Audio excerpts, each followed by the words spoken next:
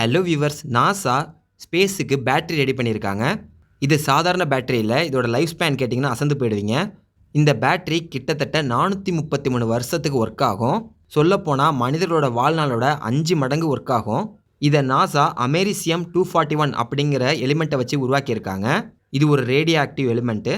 ஏற்கனவே அவங்க ப்ளூட்டோனியம்லேருந்து செஞ்சுருந்தாங்க. பட் ப்ளூட்டோனியம் விட இந்த அமெரிசியம் ஹாஃப் லைஃப் அதிகம்.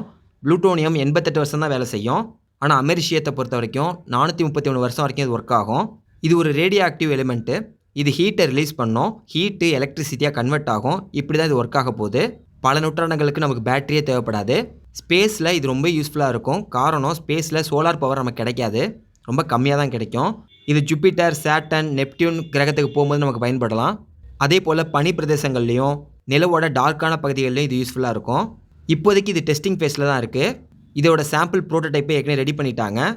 இது ஸ்பேஸ் சயின்ஸில் மிகப்பெரிய சாதனையாக இருக்க போகுது. இது மாதிரி இன்ட்ரெஸ்டிங்கான லேட்டஸ்ட்டான நியூஸ் தெரிஞ்சுக்கணும்னு நினச்சி நம்ம சேனலுக்கு சப்ஸ்கிரைப் பண்ணுங்கள். இது நியூஸ் நவ் தமிழ்.